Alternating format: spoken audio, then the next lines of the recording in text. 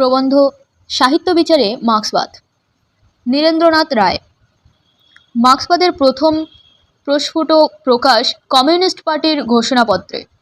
1848 সাল ইউরোপের ইতিহাসে বিপ্লবের বৎসর বলিয়া খ্যাত। ঘোষণাপত্র প্রকাশিত হইবার সঙ্গে সঙ্গেই ইউরোপের বিভিন্ন দেশে গণ অভ্যুত্থানের তরঙ্গ বহিয়া যায়। ঘোষণাপত্রের তরুণ রচয়িতারা বিপ্লবের পরিণামে সমাজবাদের যে প্রতিষ্ঠা প্রত্যাশা করিয়াছিলেন তাহা সফল হয় নাই। প্রত্যেক দেশেই বিপ্লব প্রতি বিপ্লবের নিকট পরাজয় স্বীকার করিতে বাধ্য হইল। তবুও আজ ঠিক 100 বৎসর পরে পৃথিবীর দেশে দেশে বিপ্লবী জনগণের মধ্যে ঘোষণাপত্রের শতবার্ষিকী প্রতিপালিত হইতেছে। ঘোষণাপত্রের প্রকাশ বিশ্ব বিপ্লবের ইতিহাসে স্মরণীয়তম ঘটনার অন্যতম। যতদিন পর্যন্ত বিশ্বব্যাপী ধনবাদের উচ্ছেদ ঘটাইয়া বিশ্বব্যাপী সমাজবাদ প্রতিষ্ঠিত না হয়েছে, ততদিন পর্যন্ত এই ঘোষণাপত্রের কার্যকারিতা অব্যাহত থাকিবে, ইহা সহজেই অনুমান করা যায়। একটি ক্ষীণকায় বিপ্লবী গোষ্ঠীর অব্যবহৃত করণীয় পদ্ধতির বিশ্লেষণ আজ এই বৃহৎ গৌরব অর্জন করিল কেমন করিয়া সম্ভব হইল। শতবর্ষ পূর্বে ঘোষণাপত্রের অকস্মাৎ আবির্ভাবের কথা স্মরণ করিলে মনে পড়ে কবির উক্তি, পর্বতের চূড়া যেন সহসা প্রকাশ। তাহার কারণ এই, উচ্চতায় অধিরোহণ করিতে মার্ক্স ও এঙ্গেলসকে প্রথমে পৃথকভাবে ও পরে যুক্তভাবে যে অসামান্য প্রস্তুতির ভিতর দিয়া যাইতে হইয়াছিল, তাহা তখন ছিল মেঘাবৃত, লোকচক্ষুর অন্তরালে ঢাকা। 100 বৎসরের ইতিহাস এই বিরাট যুগ্ম প্রতিভার বহুমুখী কৃতিত্বের রহস্য ব্যাখ্যা করিয়া চলিয়াছে, যাহার আয়োজনে ও সার্থকতায় লেনিন ও স্টালিনের নাম সর্বাগ্রগণ্য। তত্ত্ব হিসাবে আজ যাহা মার্ক্সবাদ বলিয়া পরিচিত, তাহা প্রধানত এই 4 মহাপুরুষের অভূতপূর্ব প্রতিভার অবদান। এখন ইহা প্রায় সর্বত্র স্বীকৃত যে মার্ক্সবাদ মাত্র অর্থনৈতিক ও রাজনৈতিক কর্মপন্থায় নয়, দার্শনিক ও বৈজ্ঞানিক চিন্তাজগতেও যুগান্তর প্রবর্তন করিয়াছে। যদিও এই পরিবর্তনের পরিমাণ সম্বন্ধে পণ্ডিত মহলে বিতর্কের অবধি নাই।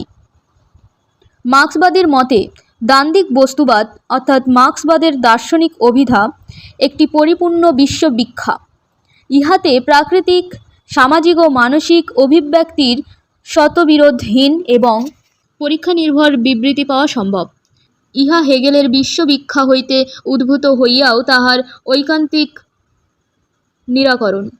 হেগেলের উদ্ভাবিত দ্বান্দ্বিক পদ্ধতি ইহাতে অঙ্গীকৃত, কিন্তু তাহার ভাবদায়ী সিদ্ধান্তগুলি ইহাতে অস্বীকৃত। বস্তুবাদে প্রতিষ্ঠিত হইয়া দ্বান্দ্বিক পদ্ধতি মার্ক্সবাদে জড়বাদী বিজ্ঞানীকে ও ভাববাদী দর্শনকে সমন্বিত করিয়াছে। মার্ক্সবাদ এক কথায় দার্শনিক বিজ্ঞান ও বৈজ্ঞানিক দর্শন। এঙ্গেলস, লেনিন, কডওয়েল ছিলেন বিজ্ঞানে পারদর্শী, আর লাজভ্যাঁ কুরি, হলডেন বিজ্ঞানের ক্ষেত্রে মার্ক্সবাদের প্রয়োগে বিশ্বাস পান। যে কোনো ব্যক্তির পক্ষে মার্ক্সীয় দর্শন সম্পূর্ণভাবে গ্রহণ করিবার পূর্বে একটি প্রশ্নের মীমাংসা করিতে হইবে, যাহা সকল দর্শনের মূল প্রশ্ন, কে আগে জড় না চৈতন্য? অর্থাৎ চৈতন্য হইতে জড়ের উদ্ভব, না জড় হইতে চৈতন্যের উদ্ভব? বলা বাহুল্য, নিছক তর্কের দ্বারা এ প্রশ্নের সমাধান হয় না।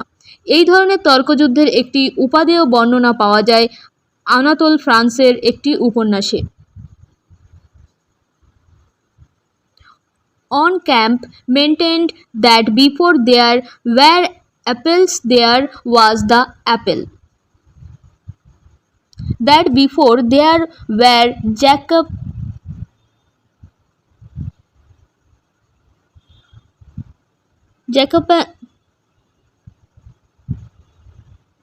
jackanapes, there was the jackanapes. There before there were lewd and greedy monks. There were the monks, lewd, lewdness and greed that before there were feet to kick and backside to be kicked. The kick in the RC exists from all eternity in the bosom of God. The other camp replied that on the contrary, apples gave man the idea of the apple, jackanapes the idea of the jackanapes, monks the idea of monk, Greek and lewdness, and that the kick in the backside exists only after having been duly given and received.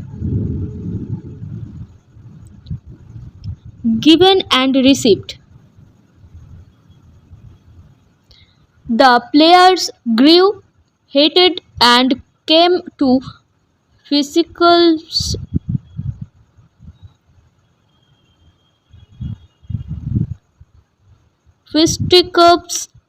fisticuffs.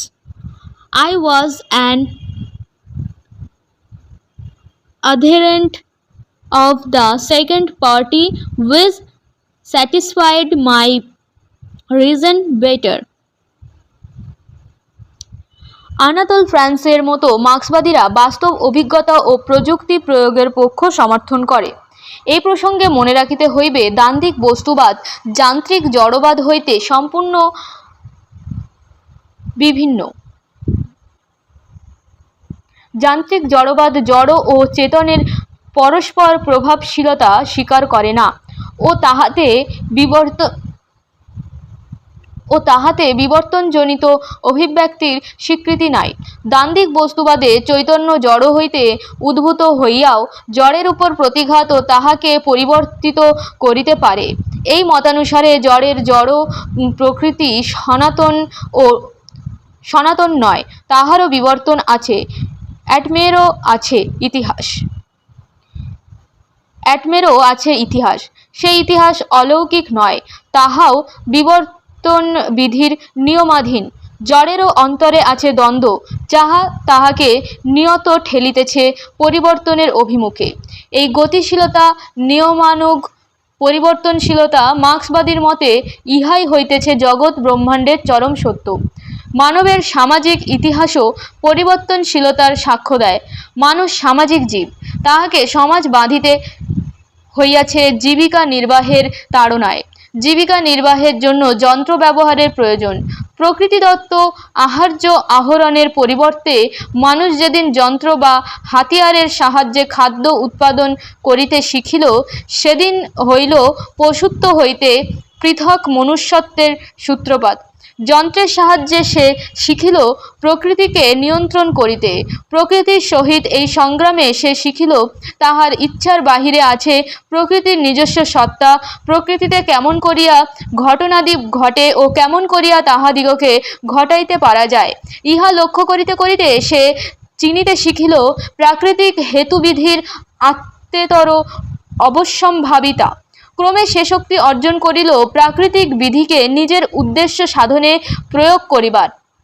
প্রকৃতির দাস না থাকিয়া সে প্রকৃতির প্রভু হইয়া দাঁড়াইল। উৎপাদনের জন্য এই যে পরিশ্রম, আদিম যুগে তাহা ছিল সামূহিক, গোষ্ঠীবদ্ধ। অনেক হাতকে একসঙ্গে খাটিতে হইত। তাহার জন্য প্রয়োজন হইল ইচ্ছা জ্ঞাপনের। পশুর মতো চিৎকার তাহাতে যথেষ্ট না হওয়ায় মানুষের কণ্ঠস্বর হইল স্পষ্টতর ইচ্ছাদ্যোতক। উৎপাদনের এই পদ্ধতি হইতে ভাষার উৎপত্তি। ভাষার শ্রেষ্ঠতম ব্যবহার কবিতার ছন্দ স্পন্দনে। তাহাও উৎসারিত হইয়াছে জীবিকা সংগ্রহের সামূহিক প্রচেষ্টা হইতে। বহু ভাষাবিজ্ঞানী ইহা স্বীকার করেন। মার্ক্সবাদী ভাষার ও ছন্দস্পন্দনের অলৌকিক আবির্ভাব বিশ্বাস করেন না। ভাষা সাহিত্যের বাহন, ভাষা মানুষের ভাব প্রকাশের ও জ্ঞাপনের মাধ্যম। ভাষার তারতম্যের উপর শ্রেষ্ঠ সাহিত্যের গুণাগুণ নির্ভর করে। কিন্তু মার্ক্সবাদী সমাজতাত্ত্বিক দৃষ্টিভঙ্গি প্রয়োগ করে, কিন্তু মার্ক্সবাদী সমাজতাত্ত্বিক দৃষ্টিভঙ্গি প্রয়োগ করে। তাহার মতে সাহিত্য সৃষ্টি করিবার সময় বা কেবলমাত্র সাহিত্যের রস সম্ভোগ করিবার সময় কেহ সমাজতাত্ত্বিক না হইয়া নিছক সাহিত্যিক থাকিতে পারেন, কিন্তু যখনই উপভোগের সীমা পাড়াইয়া বিচারের ক্ষেত্রে উপনীত হইতে হয় তখনই প্রয়োজন হয় সমাজতাত্ত্বিক দৃষ্টিভঙ্গির। কোনো কিছুকে বিচার করিতে গেলে তাহার বাহিরে আসিয়া দাঁড়াইতে হয়। সাহিত্য সমাজের আভ্যন্তরীণ প্রচেষ্টার ফল, মুক্তা যেমন শুক্তির। তাই সাহিত্যের বাহিরে দাঁড়ানোর অর্থ সমাজের ভিতরে আসিয়া দাঁড়ানো। এই সমাজতাত্ত্বিক দৃষ্টিভঙ্গিতেই সাহিত্যের বিচার ব্যক্তিগত উপভোগ হইতে বিশ্লিষ্ট হইয়া পড়ে। সাহিত্য বিচারে প্রয়োজন হয় মূল্যজ্ঞান নিরূপণের। কোনো ব্যক্তির পক্ষে সাহিত্যিক মূল্যজ্ঞানের পদ্ধতি তাহার বিশ্ববিখ্যাত অন্যান্য ক্ষেত্রের মূল্যজ্ঞানের পদ্ধতি হইতে বিভিন্ন হইতে পারে না। তাই মার্ক্সবাদী সাহিত্য বিচার দ্বান্দ্বিক বস্তুবাদেরই অঙ্গ। সাহিত্যের ক্ষেত্রে বৈজ্ঞানিক সমাজতত্ত্বের প্রয়োগ।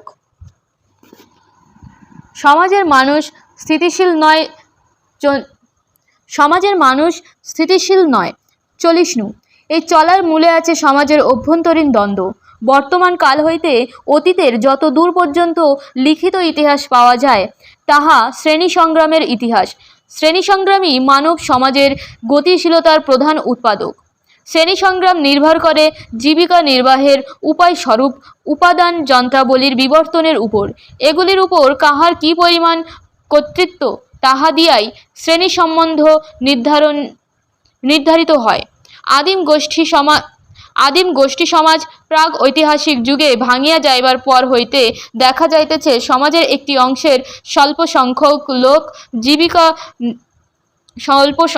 সংখ্যক লোক জীবিকার্জনের হাতিয়ারগুলির উপর প্রভুত্ব করে ও সমাজের অপর অংশের বহু সংখ্যক লোকে তাহাদের বশ্যতা স্বীকার করিতে বাধ্য হয়। এই দুই শ্রেণীর স্বার্থ পরস্পর বিরোধী না হইয়া পারে না। ইহার এক শ্রেণীর স্বার্থ প্রচলিত সমাজ ব্যবস্থাকে অটুট রাখা, অপরের স্বার্থ ইহাকে বদলাইয়া সবশে আনা। এই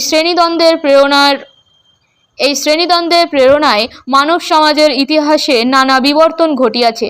কৃতদাস ও ভূমিদাস সমাজ ব্যবস্থার পরিবর্তে বেতনদাস সমাজ আজ পৃথিবীর অধিকাংশ দেশে প্রচলিত রহিয়াছে।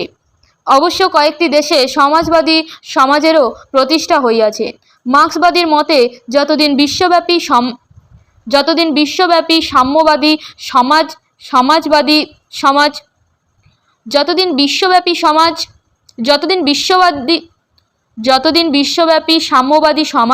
সমাজবাদী সমাজ যাহার প্রথম ধাপ প্রতিষ্ঠিত না হইতেছে ততদিন এই শ্রেণীদ্বন্দ্বের একান্ত সমাপ্তি হইতে পারে না। সাহিত্য সমাজ মানুষের ভাষাগত প্রকাশ। সমাজ মানুষের বিকাশও যুগে যুগে বিবর্তিত হইতেছে। তাই সাহিত্যেও নানা যুগধর্ম প্রকট। ট্রাইবাল যুগ, ফিউডাল যুগ, বুর্জোয়া যুগের সাহিত্যের পার্থক্য সহজেই চোখে পড়ে। যাহা সহজে চোখে পড়ে না তাহা হইতেছে ইহাদের উপর শ্রেণীদ্বন্দ্বের প্রভাব। ইহার অভাবে সাহিত্যের মূল্য নিরূপণ ব্যক্তিগত রুচির স্তরে থাকিয়া যায়, বৈজ্ঞানিক বিচারের স্তরে উন্নীত হয় না। আমাদের ভুলিলে চলিবে না যে উপাদানের শক্তিগুলিকে নিয়ন্ত্রিত করার অর্থ জীবন ধারণের উপায়গুলিকেও নিয়ন্ত্রিত করা। মানুষ সব সময়েই অর্থনৈতিক কার্যে নিযুক্ত না থাকিলেও তাহার সকল কার্যেরই মূলে আছে অর্থনৈতিক প্রভাব। তাহার সকল কার্যের অর্থনৈতিক ফলাফল আছে বলিয়াই তাহার শ্রেণী সংগ্রামে লিপ্ত না হইয়া উপায় নাই। জন্ম হইতে মৃত্যু পর্যন্ত ইচ্ছায় অনিচ্ছায় এই সংগ্রামে যোগ দিতেই হয়।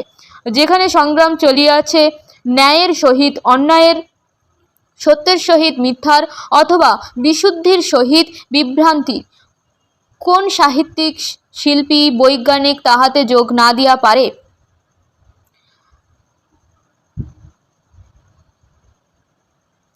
কোন সাহিত্যিক শিল্পী বৈজ্ঞানিক তাহাতে যোগ না দিয়া পারেন, না দিলে কর্তব্যে অবহেলা করা হইবে। একথাও বলা যাইতে পারে, অথচ বাস্তব ক্ষেত্রে ন্যায়, সত্য, বিশুদ্ধি, অন্যায়, মিথ্যা, বিভ্রান্তি ইত্যাদি ভাবগুলি শ্রেণীদ্বন্দ্বের সহিত অঙ্গাঙ্গীভাবে জড়িত। অর্থনৈতিক মানদণ্ড বাদ দিয়া ইহাতে বিচার করা চলে না। যে জীবন হইতে তাহারা সৃষ্টি বা উদ্ভাবনার উপাদান সংগ্রহ করেন, তাহা সর্বদাই শ্রেণীদ্বন্দ্বের প্রভাবে প্রভাবিত।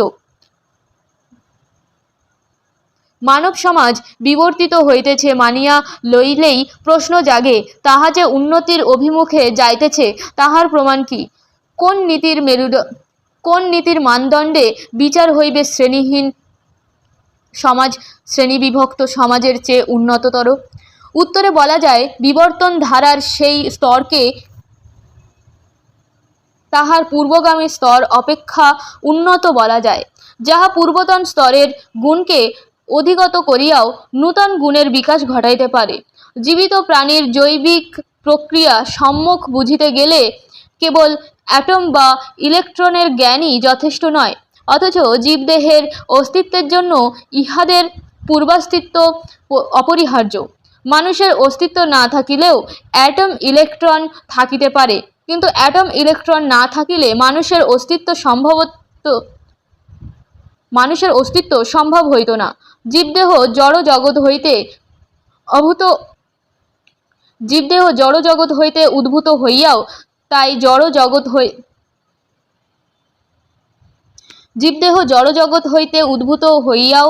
তাই জড় জগৎ হইতে স্বতন্ত্র। ইহা এক নতুন প্রকাশ। এ নতুনের অর্থ নয় পুরাতনের রদবদল, ইহা গুণগত উল্লম্ফন, চৈতন্যের আবির্ভাব। এই চেতন জীব আবার পর্যায়ক্রমে অচেতন জড়বস্তুকে পরিবর্তিত করে ও সেই সঙ্গে আপন প্রকৃতিতেও পরিবর্তন ঘটায়। এই বিচার অনুযায়ী দেখা যায়, মানুষের সমাজ ও ক্রমিক উন্নতির পথে চলিয়াছে তাহার চরম কাম্যের সার্থকতার পথে। মার্ক্সবাদীর মতে সামাজিক মানুষের চরম কাম্য এমন একটি সমাজ ব্যবস্থা, যাহাতে ব্যক্তির সহিত গোষ্ঠীর বিরোধ বিলুপ্ত হইয়া সাযুজ্য স্থাপিত হয়, যাহাতে কর্মের প্রেরণা ও কর্তব্যের দাবির মধ্যে সংঘাত না বাধে, যাহাতে প্রত্যেক ব্যক্তি মানবের স্বকীয় গুণাবলীর চরম বিকাশ সার্বিক সমাজে অগ্রগতির অনুপন্থী হয়। এই সমাজের প্রধান লক্ষণ তাই অর্থের সমবণ্টন বা উপভোগের সুযোগের সাম্য নয়, তাহা তো হইত কেবল পুরাতনের রদবদল। ইহা সমাজ জীবনে নতুন স্তরের পরিবর্তন, যাহাতে সামাজিক পরিবর্তনের প্রভাবে মানুষের প্রকৃতিও বদলাইয়া যাইবে। ইহাতে ব্যক্তি স্বাতন্ত্র্য বোধ পাইবে, তাহার চরম পরিণতি সার্বিক কল্যাণ বোধে। এই সমাজের আর্থিক ভিত্তি হইবে শ্রেণী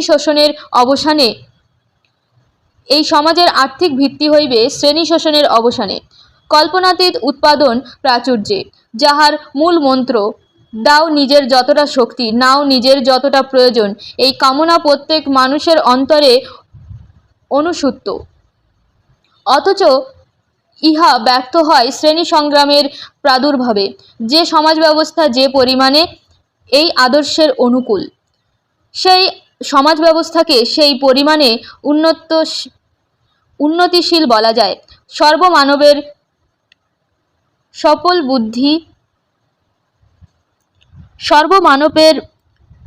সোপলব্ধির এই স্বাধীনতা সম্ভাবনা কৃতদাস সমাজ, ভূমিদাস সমাজ ও বেতনদাস সমাজের ভিতর দিয়া বিস্তৃত হইয়া চলিয়াছে।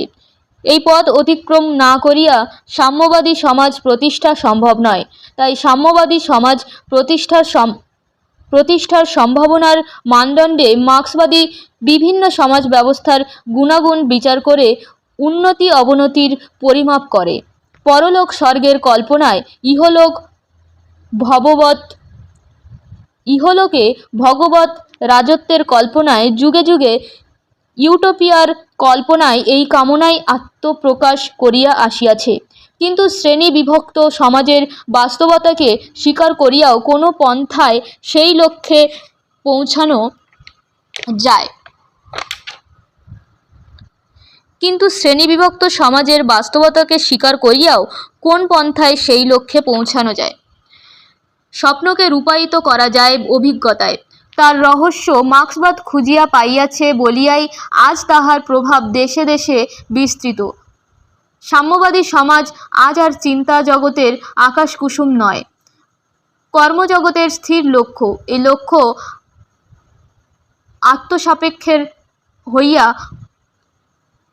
লক্ষ্য আত্মসাপেক্ষ হইয়া উঠিয়াছে বলিয়া মার্ক্সবাদী কর্মপ্রবণ। তাই তাহার কর্মপ্রেরণা চিন্তাহীন ভীতিপ্রদ কর্মবিলাস হইতে সম্পূর্ণ বিভিন্ন।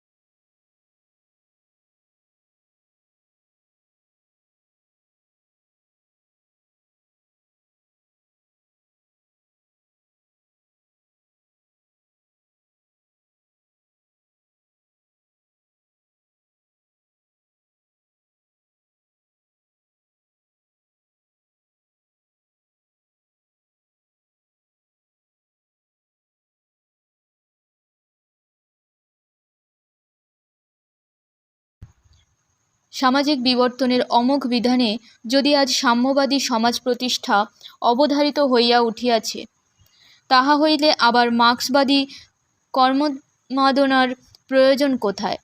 যাহারা এই প্রশ্ন তোলেন তাহারা ইহাতে সমাধানহীন নৈয়ায়িক কূট প্রশ্নের সন্ধান পান। আসলে এই প্রশ্নটির বাস্তব ভিত্তি নাই, নিখৎ কল্পনা বিলাস। একটা উদাহরণ লইয়া দেখা যাক। রোগী দেখিয়া ডাক্তার বলিলেন, তোমার আরোগ্য অবধারিত, কিন্তু তোমাকে এই বিধিগুলি পালন করিতে হইবে। রোগী যদি তখন বলে, আমি তো সারিবই, তবে আর নিয়ম পালনের প্রয়োজন কি?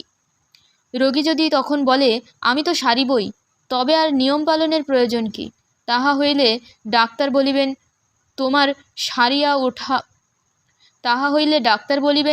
তোমার সারিয়া ওঠা সুনিশ্চিত, অন্যান্য কারণের মধ্যে আমার ঔষধ সেবনের ফলে। আমি জানি অসংখ্য লোকে রোগে পড়িয়া ঔষধ খাইয়া বাঁচিয়া গিয়াছে। যাহারা বাঁচিতে চায় তাহারা ঔষধ খায়। ঠিক এমনইভাবে শ্রেণীদ্বন্দ্বে প্রপীড়িত জনসাধারণকে মার্ক্সবাদীরা বলে, যদি তোমরা শ্রেণী শোষণের অবসান ঘটাইয়া শ্রেণীহীন সমাজ গড়িয়া তুলিতে চাও, তাহা হইলে তোমাদিগকে আমাদের কর্মপন্থা অনুযায়ী চলিতে হইবে। তাহারা বিশ্বাস করে শোষিত জনসাধারণ তাহাদের কথা শুনিবে ও পরিণামে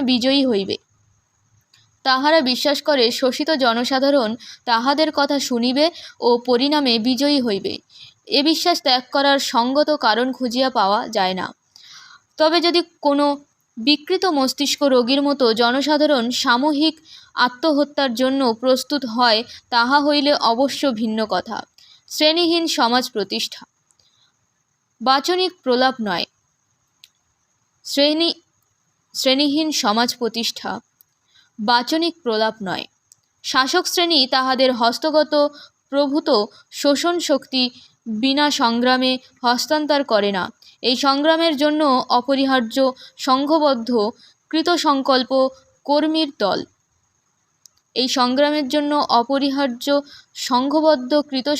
কর্মীর দল। কমিউনিস্ট পার্টি এই আদর্শে অনুপ্রাণিত। তাহারা বিপ্লবী চেতনার অগ্রদূত ও বিপ্লবী সাফল্যের পথকারক। বিপ্লব যখন আসে তখন আর নিরপেক্ষ বন্ধনহীনতার অবকাশ থাকে না। শত্রু বা মিত্রপক্ষ বাছিয়া লইতেই হয়। সাহিত্যিক বা শিল্পী বলিয়া রেহাই কোথায়? এ বিপ্লব যে প্রত্যেক সামাজিক ব্যক্তির জীবন মরণ সমস্যা। তাই বিপ্লবী পর্বে লেনিনের মতো মার্ক্সবাদী নেতা সাহিত্যিককে ডাকিয়া বলিতে একটুও কুণ্ঠিত নন যে, তোমরা যদি জনগণের পক্ষ ও তাহার অগ্রগামী বাহিনী কমিউনিস্ট পার্টিকে সমর্থন না করো, তাহা হইলে অকাট্যভাবে প্রমাণ হইবে তোমরা শোষক শ্রেণীর স্বার্থবহ। বিপ্লবের গতি অসমান, সকল দেশে একই কালে বিপ্লব মাথা চাড়া দিয়ে ওঠে না। কিন্তু কখনোই যে দেশে শ্রেণী বিপ্লব দেখা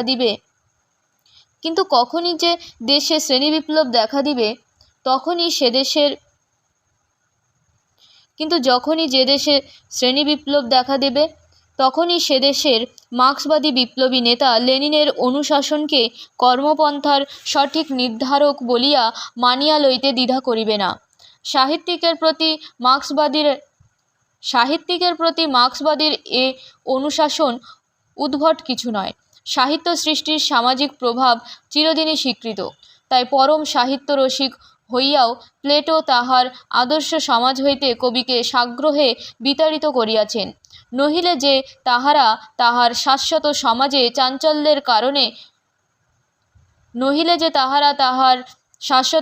চাঞ্চল্যের কারণ হইতে পারে। তাহার শিষ্য তীক্ষ্ণতর দৃষ্টি অ্যারিস্টটল তার ট্র্যাজেডিকে ব্যবহার করিতে চাহেন সমাজ মানুষের পরিশোধক রূপে, কবির আত্মতৃপ্তির জন্য নয়। গজদন্ত মিনারে বাস করিয়া মেঘদূতের কবিও রাজসভার নিত্য সহচর ছিলেন, আর বিরহী যক্ষের বিরহ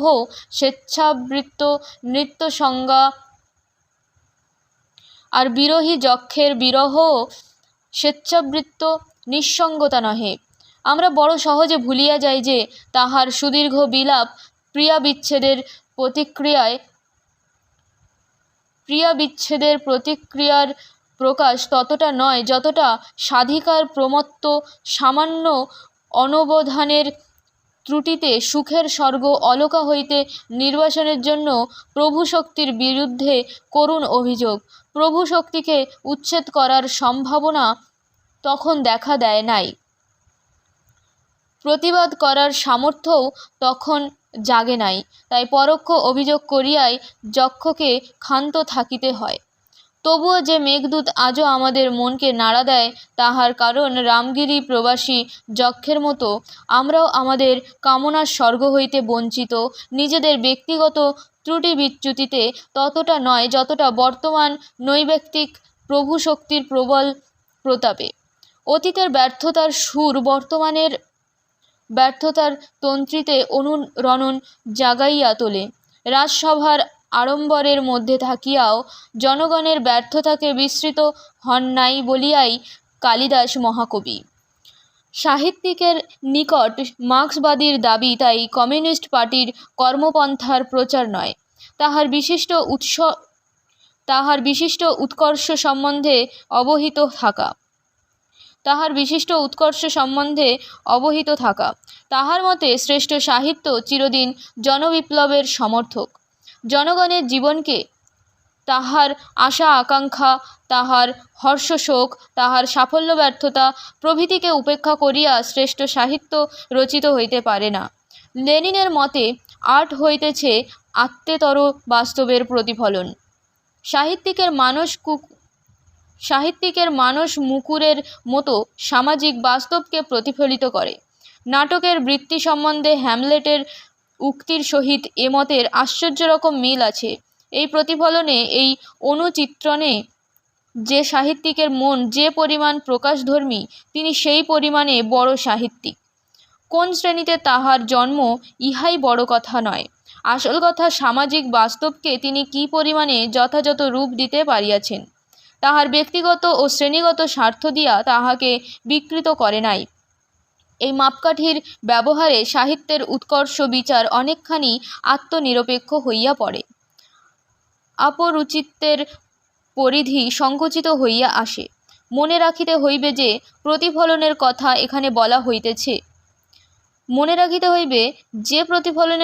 এখানে বলা হইতেছে তাহা একান্ত নিষ্ক্রিয় নয়, ফটোগ্রাফির ক্যামেরার মতো। তাহাতে সামাজিক শক্তিগুলি সম্বন্ধে, সামাজিক ন্যায় অন্যায়, ঔচিত্য অনৌচিত্য সম্বন্ধে উপযুক্ত আবেগ থাকা চাই, নহিলে সাহিত্য সমালোচককে উদ্বুদ্ধ করিতে পারে না, সামাজিক ফলপ্রসূ হয় না। হ্যামলেটও যে নাটকের পরিচালনা করিয়াছিলেন তাহার উদ্দেশ্য ছিল কর্মপ্রেরণা। এই প্রতিফলনে বিম্বিত হয় সামাজিক সংস্থানের বিচার। ম্যাথু আর্নল্ডের সূত্রানুযায়ী ইহাকে বলা চলে জীবনের সমালোচনা। তাহার মতে যাহা কবিতার শ্রেষ্ঠ উপাদান, এই প্রতিফলন কথা সাহিত্যে যত স্পষ্ট, কাব্যে অবশ্য ততটা নয়। তাই বলিয়া কাব্য সাহিত্য এই মানদণ্ডের এলাকার বাইরে নয়। কবিতায় প্রথমত থাকে প্রকাশ্য আধেয় তাহার বিজ্ঞাপিত বিষয়বস্তু, কিন্তু বিষয়বস্তু যাহাই হউক না কেন তাহাকে অবলম্বন করিয়া কবি জীবনের সমালোচনা করেন, ইহাই তাহার নিহিত আধেয়।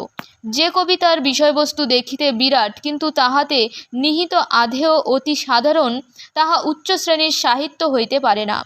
অথচ সামান্য বিষয়বস্তু অবলম্বন করিয়া ব্যঞ্জনায় গভীর নিহিত আধেয় প্রকাশ করিয়া ছোট একটি গীতি কবিতাও মহৎ সাহিত্যের আসন পাইতে পারে।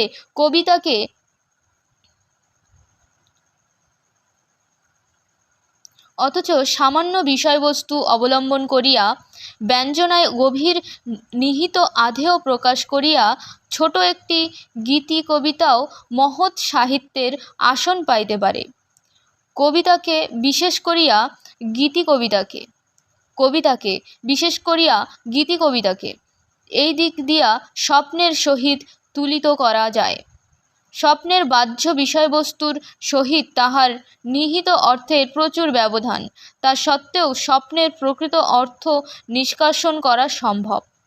ফ্রয়েডীয় পদ্ধতির ইহাই বিরাট কৃতিত্ব, আত্মেতর সামাজিক বাস্তবতার প্রতিফলন। এই সূত্রানুযায়ী মার্ক্সীয় পদ্ধতিতে বিচার করিলে সাহিত্যের অর্থাৎ কবিতা, উপন্যাস প্রভৃতির মূল্য বিচার অনেকখানি নির্ভরযোগ্য হইয়া ওঠে। যে কোনো ঐতিহাসিক কালে সামাজিক বাস্তবতার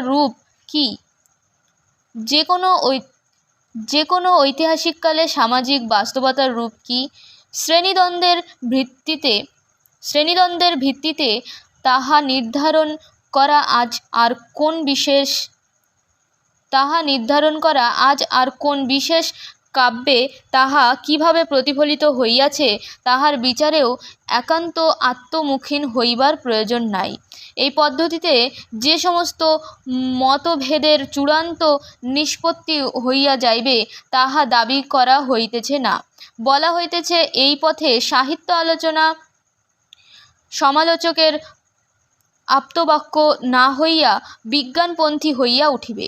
বিজ্ঞানেও মতভেদ হয়, পরবর্তী সিদ্ধান্ত আসিয়া পূর্ববর্তী সিদ্ধান্তকে সংশোধন করে, কিন্তু বৈজ্ঞানিক প্রণালীর পরিবর্তন হয় না। বৈজ্ঞানিক যে আত্মেতর পরিবর্তনশীল সত্য বিশ্বাস করেন, বৈজ্ঞানিক প্রণালী তাহার সমস্ত ভ্রম ও সংশোধনের ভিতর দিয়া তাহারই নিকটবর্তী করিয়া তুলিতেছে মানুষের জ্ঞানকে। তাই বিজ্ঞানের নিকট অজ্ঞাত অনেক কিছুই আছে, কিন্তু অজ্ঞেয় কিছুই নাই। আত্মেতর অথচ পরিবর্তনশীল সত্যের অস্তিত্বে বিশ্বাস ও তাহার ক্রমিক নিকটগম্যতা, ইহাই হইল বিজ্ঞানের বাস্তবতা। কিন্তু বিজ্ঞান ও কাব্য এক নয়। বিজ্ঞান চায় সত্যের অনুধাবন, কিন্তু বিজ্ঞান চায় সত্যের অনুধাবন, কিন্তু কাব্যের কাম্য সুন্দরের প্রকাশ। ইহা সত্য কথা, কিন্তু মার্ক্সবাদ মানে না যে সুন্দর বলিতে বুঝায় কান্ট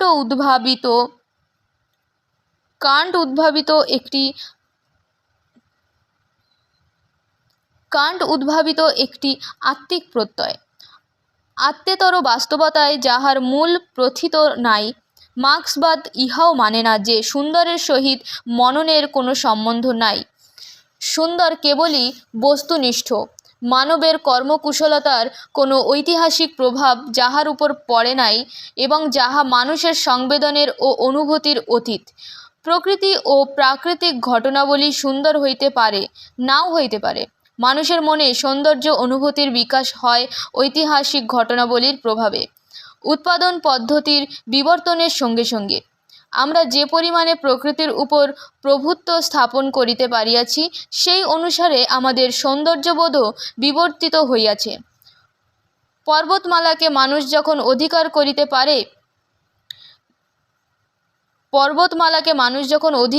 করিতে পারে নাই, তখন পর্বতের দৃশ্য ছিল মানুষের নিকট ভয়ের ও ঘৃণার কারণ। সাহিত্যের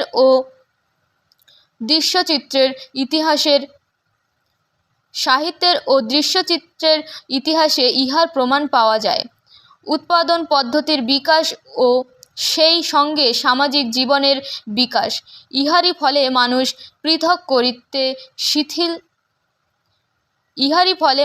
পৃথক করিতে শিখিল কোনটি সুগঠিত, কোনটি কদাকার। তাহা হইতে আসিল সৌন্দর্য, সুষমা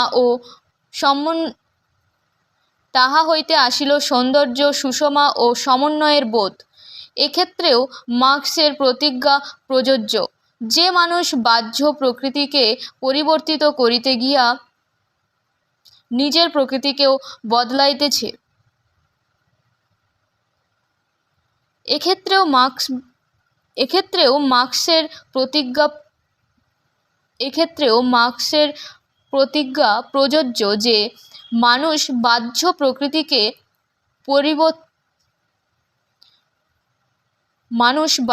প্রকৃতিকে পরিবর্তিত করিতে গিয়া নিজের প্রকৃতিকেও বদলাইতেছে।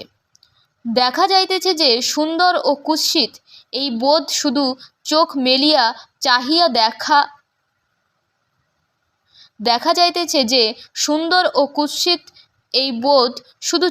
মেলিয়া চাহিয়া দেখো বা বস্তুজগতের স্নায়বিক প্রতিক্রিয়া হইতে জন্মায় নাই।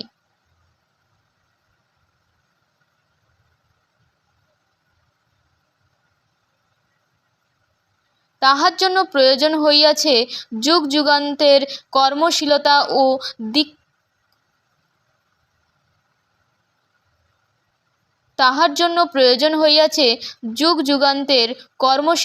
ও শিক্ষা দীক্ষা। এই সৌন্দর্যবোধের বিকাশে একটি গুরুত্বপূর্ণ অংশ হইতেছে শিল্পের বিকাশ। ফলিত ও লোকশিল্প হইতে যাহাকে বলা হয় বিশুদ্ধ শিল্প, তাহা পর্যন্ত। ফলিত ও লোকশিল্প হইতে যাহাকে বলা হয় বিশুদ্ধ শিল্প, তাহা পর্যন্ত। কারণ সমস্ত শিল্পের মূলে আছে জনসাধারণের উৎপাদনী শ্রমশীলতা। মার্ক্সবাদ তাই ফলিত ও স্থায়ী সাহিত্য বা শ্রেষ্ঠ সাহিত্য ও গণসাহিত্যের আত্যন্তিক বিভেদ স্বীকার করে না। ফলিত সাহিত্য তাহাই যাহা সমাজ বাস্তবের উপরের স্তরের সত্যকে প্রতিফলিত করে।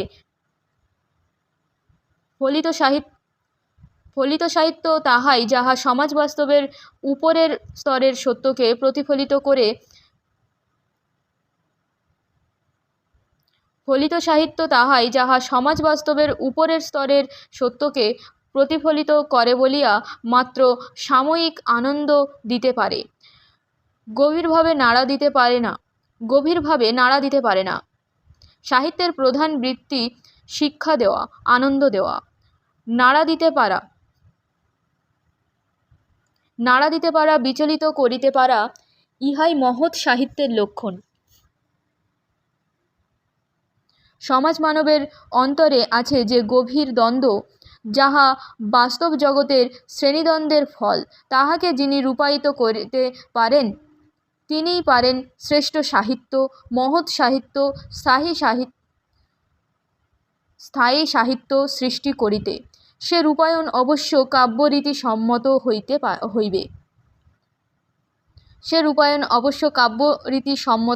হইবে। আঙ্গিকের কোন পদ্ধতি অবলম্বন করিলে কবির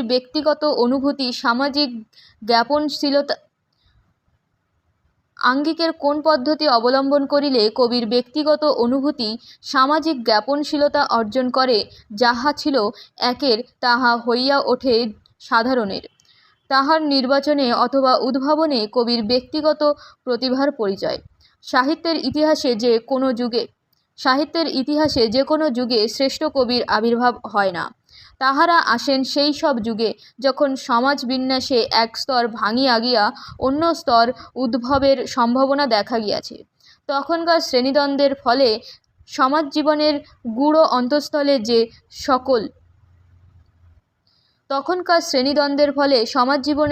অন্তঃস্থলে যে সকল সমস্যা দেখা দেয়, শ্রেষ্ঠ কবির অন্তরে সেগুলি মুখরিত হয় ব্যারোমিটারের মতো। তাহাকে যখন তিনি স্বীয় প্রতিভা বলে রূপায়িত করেন, তখন তাহা সমদরদী পাঠকের নিকট পথপ্রদর্শক হইয়া ওঠে সামাজিক সত্যের উপলব্ধির পথে। তাহার প্রভাব যত বাড়িতে থাকে, সমাজ বিবর্তনে সচেতন কর্মোদ্যম তত দ্রুত হইতে থাকে। শ্রেষ্ঠ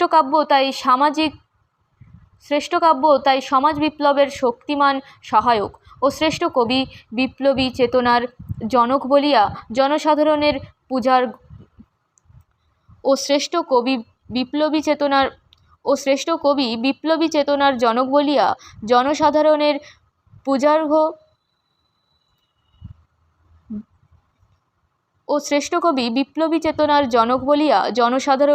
পূজার্হ। শ্রেষ্ঠ সাহিত্যের মর্যাদা এই নয়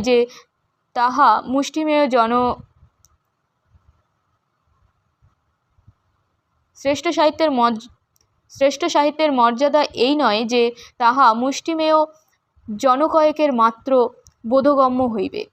বর্তমান সমাজে তাহাই সাধারণত ঘটিয়া থাকে। তাহার কারণ শ্রেষ্ঠ সাহিত্যের স্বাভাবিক দুর্বোধ্যতা নয়, জনসাধারণের শিক্ষার অভাব।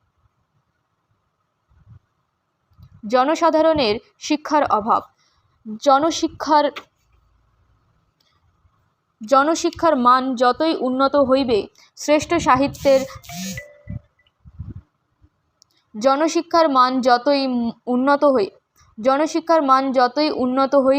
শ্রেষ্ঠ সাহিত্যের আদর ততই বাড়িবে। সে সাহিত্য সমকালের হোক বা অতীতকালেরই হোক। সমাজবাদী রাষ্ট্রে ইহার প্রত্যক্ষ প্রমাণ পাওয়া যাইতেছে।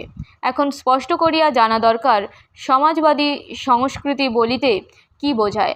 ইহা শূন্য হইতে উদ্ভট কিছু নয়। যাহারা নিজেকে সমাজবাদী সংস্কৃতির বিশেষজ্ঞ বলিয়া ভাবেন, এইরূপ জনকয়েকের মস্তিষ্কপ্রসূতও নয়। মানব সমাজ ধনবাদী, সামন্তবাদী প্রভৃতি অতীত সমাজের শাসনের ভিতর দিয়াই যে জ্ঞানভাণ্ডার সঞ্চিত করিয়াছে সমাজবাদী সংস্কৃতি, তাহারই ঐতিহাসিক পরিণতি। অতীতের ও বর্তমানের সমস্ত পথ এই লক্ষ্যেই চলিয়াছে ও চলিতেছে এবং চলিতে থাকিবে। অবশ্য তাহাদিগকে যাচাই করিতে হইবে সমাজবাদী দৃষ্টিভঙ্গি হইতে। এই যাচাইয়ের ক্ষেত্রে অন্যান্য শিক্ষিত সমালোচক ও মার্ক্সবাদীর মধ্যে ঘটিয়া যায় আকাশ পাতাল তফাত। ধনবাদের গতিবিধির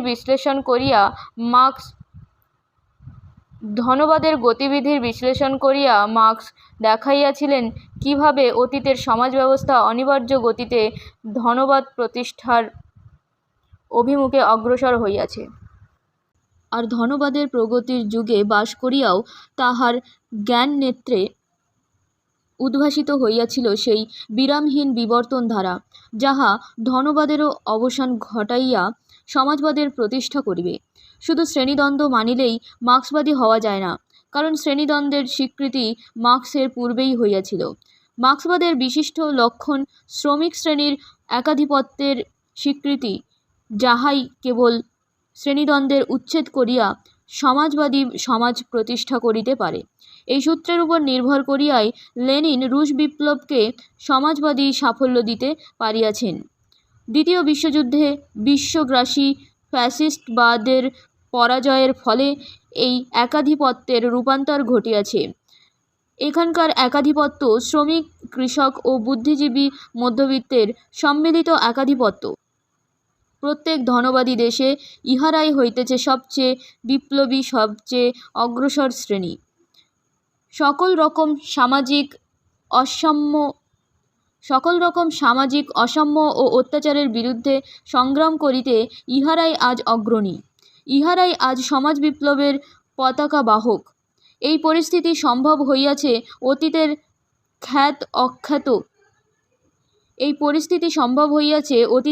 খ্যাত অখ্যাত লক্ষ লক্ষ বিপ্লবীর প্রচেষ্টায় ও আত্মত্যাগে।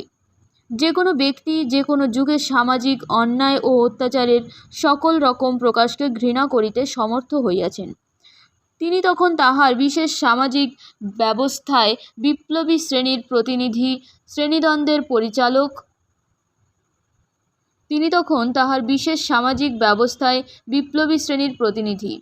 শ্রেণীদ্বন্দ্বের পরিচালক। সাহিত্যের মূল্য নিরূপণ করিতে গিয়া তাই মার্ক্সবাদী সমালোচক খুঁজিয়া বাহির করেন জনসাধারণের সেই সব প্রবৃত্তিগুলিকে, যাহার সাহিত্যিক প্রকাশ হইয়াছে প্রভুশক্তি ও দাসত্বের বিরুদ্ধে, বিদ্রোহী ভাবে, ধর্মের বন্ধ্যাত্ব, নৃশংস অত্যাচার অথবা সুমার্জিত অপমানের প্রতিভাসনে। এই শ্রেণীগত দৃষ্টিভঙ্গি দিয়া বিশ্ব সাহিত্যের বিচার করার অর্থ তাহাকে খণ্ডিত করা নয়, বরং এই পন্থাতেই আমরা পাইতে পারি আমাদের ঐতিহ্যলব্ধ বিপুল উত্তরাধিকারের অন্তর্নিহিত মর্ম ও নির্ণয় করিতে পারি কোথায় তাহার মহত্ত্ব। সেই সঙ্গে বর্তমানের স্পষ্টতর শ্রেণীদ্বন্দ্বের আলোকে আমরা দেখিতে পাইব তাহাতে কোথায় আছে বিচ্যুতি, অবসাদ বা অনিশ্চয়তার দোলানি। ইতিহাসের যে কোনো যুগের সাহিত্যের বিচারে শ্রেণীদ্বন্দ্বের প্রভাব স্বীকার না করায় অন্যান্য শিক্ষিত সমালোচকের সহিত মার্ক্সবাদী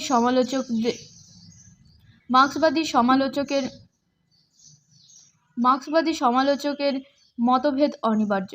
এই বিভেদ প্রখরতর হইয়া ওঠে আধুনিক সাহিত্যের পর্যালোচনায়। ক্ষয়িষ্ণু ধনবাদের সহিত আজ চলিয়াছে বর্ধিষ্ণু সমাজবাদের দুনিয়াজোড়া লড়াই। দেশে দেশে আজ এই প্রশ্ন সকল কর্মপ্রচেষ্টার মূলে। কোন শ্রেণীর হাতে থাকিবে রাষ্ট্রশক্তির ব্যবহার, চিরশোষিত নির্বৃত্তের না চিরতৃপ্ত লোভ মহাবৃত্তের? এই সংগ্রামে কাহার জয় হইবে তাহাতে মার্ক্সবাদীর মনে বিন্দুমাত্র সংশয় নাই, এবং তাহার বিশ্বাস এ বিজয় সুদূর ভবিষ্যতের ব্যাপারে নহে। এই বিশ্বাসে অনুপ্রাণিত হইয়া দেশে দেশে বিভিন্ন কমিউনিস্ট পার্টি বিভিন্ন সামাজিক পরিবেশে একই সংগ্রাম চালাইতেছে। তাহাদের সকল চিন্তা সকল কর্ম একই লক্ষ্যে কেন্দ্রিত।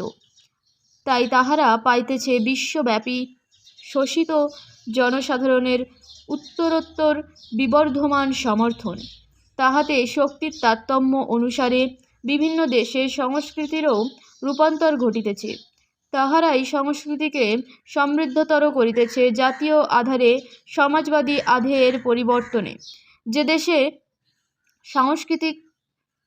সাংস্কৃতিক প্রচেষ্টা প্রাণবান, যেমন পরাজিত ও পুনর্মুক্ত ফ্রান্সে, সেখানে সংস্কৃতিজীবীর পক্ষে তিনটি মাত্র পথ খোলা থাকে: কমিউনিস্ট পার্টির অন্তর্ভুক্ত হওয়া, তাহার সহিত মৈত্রীভাবে চলা ও তাহার প্রবল বিরোধিতা করা। বিখ্যাত লেখক ফ্রান্সোয়া মরিয়াক এর কমিউনিস্ট বিদ্বেষ বিশ্ববিখ্যাত, কিন্তু হিটলারি শাসনের যুগে তিনিও স্বীকার করিয়াছিলেন, লাঞ্ছিত পদদলিত ফ্রান্সের প্রতি আনুগত্য কেবল তাহার শ্রমিক শ্রেণী দেখাইতে পারিয়াছে। শিল্পের ক্ষেত্রে স্বাধীনতার দাবি পিকাসোর চেয়ে উচ্চকণ্ঠে আর কেহ করিয়াছেন কি? সেই পিকাসো ফরাসি কমিউনিস্ট পার্টির সভ্য ও তাহার মতে চিত্রকলা হইতেছে শত্রুর সহিত আক্রমণ ও আত্মরক্ষণ যুদ্ধের হাতিয়ার।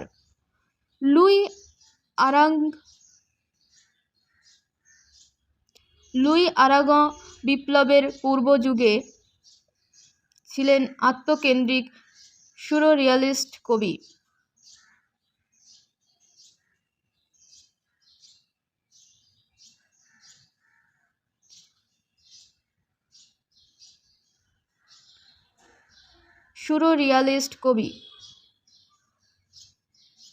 পরে তিনি সমাজবাদে আকৃষ্ট হন ও মৈত্রীভাবে চলেন। হিটলারি লাঞ্ছনার পরে তিনি হন কমিউনিস্ট পার্টির গুপ্ত নেতাদের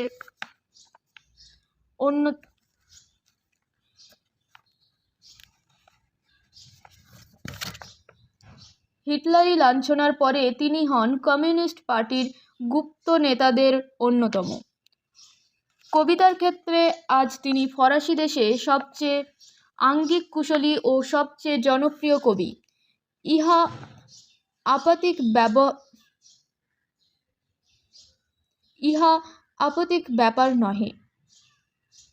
ফরাসি সংস্কৃতির ঐশ্বর্যবান ঐতিহ্যকে আয়ত্ত করিয়া তাহার রূপান্তর সাধনের উজ্জ্বল উদাহরণ লুই আরাগঁ। ইংল্যান্ডে শ্রেণীসংগ্রাম এখনও তেমন প্রবল হয় নাই, তাহার সাহিত্যের স্রোতেও তাই আর তেমন জোয়ার নাই। অথচ এই ইংল্যান্ডেই ফিউডাল সমাজ বিন্যাস ধ্বংস করার প্রথম সফল প্রচেষ্টা রূপায়িত হয়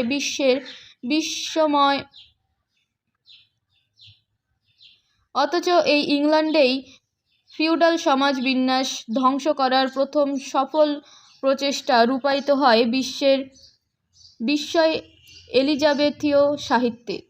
দুই মহাযুদ্ধের পরবর্তী যুগের ইংরাজ কবিরা ক্ষীণকণ্ঠ, কায়াহীন, হতাশা ও বিভ্রান্তির মোহগ্রস্ত যে সামাজিক পরিবেশে তাহারা স্থাপিত, তাহাকে সানন্দে গ্রহণ করিতে তাহাদের ন্যায়বোধ ও সৌন্দর্যবোধ হয় পীড়িত। অথচ যে পথে তাহার প্রতিকার, তাহা গ্রহণ করিতে তাহারা কুণ্ঠিত। তাই সাহিত্যের কাব্যে না পাওয়া যায় তাই তাহাদের কাব্যে না পাওয়া যায় দীপ্ত বুদ্ধির প্রখর প্রকাশ, না পাওয়া যায় দীপ্ত মনুষ্যত্বের অপরাজেয় বাণী। ইহার ব্যতিক্রম পাওয়া যায় অন্তত একটি কবির কাব্যে, জন কনফোর্ড, যে 21 বছরের তরুণ কমিউনিস্ট প্রাণ দিল স্পেনের গৃহযুদ্ধে। কনফোর্ড এর উল্লেখ স্বভাবতই মনে পড়ে আমাদের দেশের সুকান্তর কথা, যে 20 বছরের তরুণ কমিউনিস্ট দারিদ্র্যের সহিত সংগ্রাম করিয়া প্রাণ দিল যাদবপুর যক্ষ্মা হাসপাতালে। যে কবির লাগি বৃদ্ধ রবীন্দ্রনাথ কান পাতিয়াছিলেন, সুকান্তকে বলা যাইতে পারে তাহার প্রতিভূকল্প। অস্ফুট যৌবন হইতে শুরু করিয়া রবীন্দ্রনাথ তাহার সুদীর্ঘ জীবনে বাংলাদেশের সমাজ মানুষের চেতনা বিবর্তনের ইতিহাস পুঞ্জীভূত করিয়া রাখিয়া গিয়াছেন, বাণীমূর্তি দিয়াছেন অতুল কাব্য সম্পদে। কিন্তু 1919-এর পর হইতে যে সমাজবাদী চেতনা বাংলাদেশে বীজরূপে উপ্ত হইয়া ক্রমশ প্রসার লাভ করিল, রবীন্দ্রনাথ তাহাকে স্পষ্ট হৃদয়ঙ্গম করিতে পারে নাই। বোধ হয় সে বয়সে তাহা কাহারও পক্ষে সম্ভব ছিল না। তবু একটা মৌলিক পরিবর্তন যে আসিতেছে, তাহার অনুভূতি তাহার কবিচিত্তকে আলোড়িত করিতে ছাড়িত না। তাই তাহার শেষ বয়সে কাব্যে পাওয়া যায় এক নতুন আকুতির সুর, যাহা তাহার পূর্বজীবনের জীবন দেবতার লীলা সম্বন্ধে আকুতি হইতে অনেকাংশে বিভিন্ন। বাংলাদেশের সমাজ বিপ্লবীরা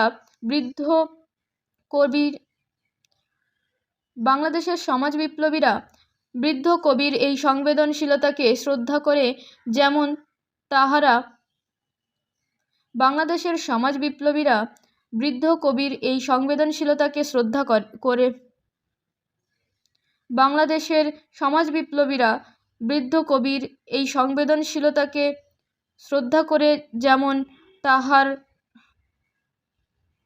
তাহারা পূজা করে তাহার কাব্য সাধনার পূর্বতন অক্ষয়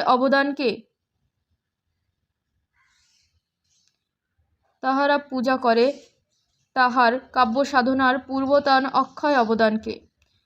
কিন্তু যে সমাজ চেতনা বৃদ্ধ কবির পক্ষে ছিল আয়াসলভ্য, রবীন্দ্রনাথেরই উত্তরাধিকারী হিসাবে সুকান্তর ছিল তাহা জন্মগত প্রাপ্তি।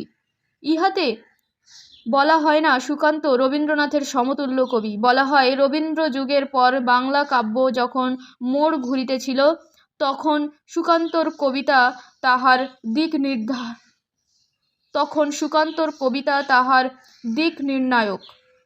ভবিষ্যতের বাংলা কবিতার ধারা কোন খাতে বহিবে, সুকান্তের কবিতা তাহারই পূর্বাভাস। যেমন বলা যাইতে পারে বিহারীলালের কবিতা ছিল রবীন্দ্রনাথের।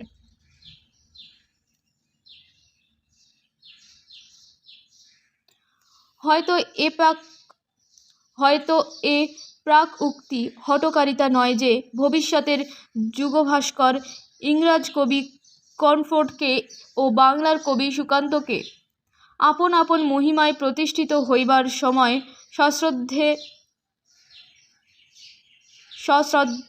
সশ্রদ্ধে স্মরণ করিবে কাব্য গগনে পুরস্কার রূপে। তাহাদের অকাল মৃত্যুতে কাব্যজগৎ ক্ষতিগ্রস্ত, ইহা শোকের কথা সন্দেহ নাই। তবুও কেমন করিয়া ভুলিতে পারা যায়, ইহাই চিরকাল বিপ্লবের মূল্য। যে বিপ্লবের ফলাফলের উপর সারা পৃথিবীর পূর্ণ মুক্তি নির্ভর করিতেছে, তাহার সাফল্যের তুলনায় কি এই মূল্য খুবই বেশি?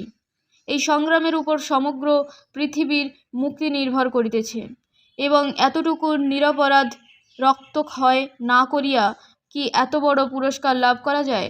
ফরাসি বিপ্লবের নিহত নিরপরাধ গুণীজনের সম্বন্ধে মহামতি জেফারসনের এই অভিমত কি বর্তমান বিপ্লবে মার্ক্সবাদীকে সমর্থন করে না?